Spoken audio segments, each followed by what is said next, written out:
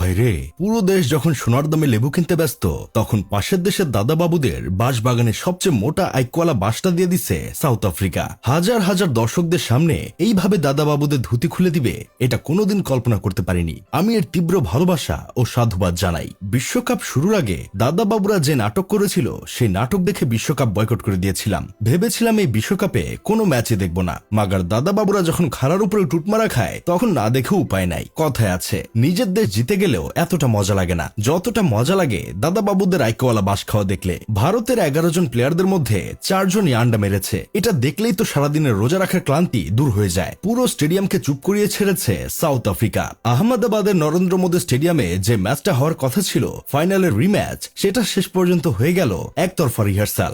গতবারে টি-20 বিশ্বকাপের 2 ফাইনালিস্ট মুখোমুখি, একদিকে ভারত, অন্যদিকে দক্ষিণ আফ্রিকা। কাগজে কলমে ম্যাচ ছিল হাই ভোল্টেজ, কিন্তু মাঠে দেখা গেল লো ব্যাটারি পারফরম্যান্স। বিশ্ব চ্যাম্পিয়নের তকমা গায়ে মেখে মাঠে নেমেছিল ভারতের দাদাবাবুরা। জাকের আলীর ইন্ডিয়ান ভার্সন ভারতের চুইংগাম বয় অধিনায়ক সূর্যকুমার যাদবও আত্মবিশ্বাসে টইটুম্বুর। গ্রুপ পর্বে 4 ম্যাচে 4 জয়, মানে টুর্নামেন্ট যেন তাদের পারিবারিক সম্পত্তি। মাগার গোলবলের খেলার কোনো বিশ্বাস নেই। মাঝে মধ্যে আত্মবিশ্বাস আর আত্মতুষ্টির মাইরে বা পাকিস্তান হয়ে যায়। টস জিতে দক্ষিণ আফ্রিকা ব্যাটিং নিল। দাদাবাবুরা হয়তো মনে মনে খুশি হয়েছিল, কারণ এর আগে এই বিশ্বকাপে প্রথমে ব্যাট করা দল হিসেবে ভারত বেশ সফল। শুরুর দিকে অবশ্য মনে হচ্ছিল ভারত ঠিকই আছে। জশপ্রীত বুমরা নতুন বলে এমন ভাবে ঝরালেন যেন তিনি একাই ম্যাচ শেষ করে দিবেন।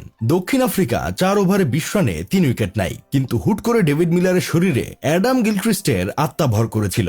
ভারতের বোলারদের বান্ডি ফাটিয়ে দিলেন। বান্ডি ফাটানোর কাজে আরো যুক্ত হলেন ড্যাওয়াল ব্রেভিস। দুজনে মিলে এমন ব্যাটিং শুরু করলেন যেন পাওয়ার প্লে শেষ হওয়ার পর ভারতের বোলারদের উপর ব্যক্তিগত রাগ ঝাড়ছেন। চতুর্থ উইকেটে 97 রানের জুটি। মিলারের 35 বলে 63 রান ছিল যেন রিভেঞ্জ ট্যুর। কথায় আছে, ওস্তাদে মায়ের শেষ রাতে। শেষে ট্রিস্টান স্টাবস শেষে 24 বলে 44 রানের ঝড় তুলে স্কোরটা নিয়ে গেল 187-তে।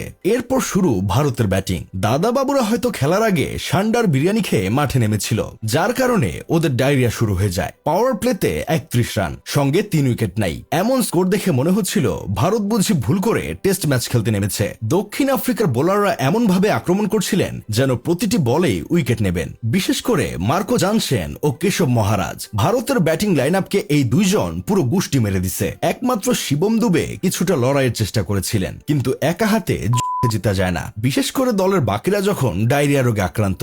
শেষ পর্যন্ত 18.5 ওভারে 111 রানে অল আউট দাদাবাবুরা। টি-20 বিশ্বকাপের ইতিহাসে ভারতের সবচেয়ে বড় ব্যবধানে হার। যাই হোক, শেষমেশ আমি গোলাম হোসেন একটা কাজের কথা কই। ভারতের অপরাজয় থাকার গল্পটা আসলে সিরিয়ালের মতো।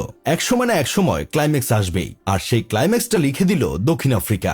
ভারতের অবস্থানটা অনেকটা সেই ছাত্রের মতো, যে সারা বছর ফার্স্ট হয়ে হঠাৎ ফাইনাল পরীক্ষায় ফেল করে। সামনেও দাদাবাবুরা বাস খাবে, আমি গ্যারান্টি দিলাম। আপনারা চাইলে লিখে রাখেন, কারণ দিন শেষে অহংকারের পতন হয়। এই ম্যাচ প্রমাণ করে দিল ক্রিকেটে অতীতের ট্রফি দিয়ে বর্তমানের রান তোলা যায় না।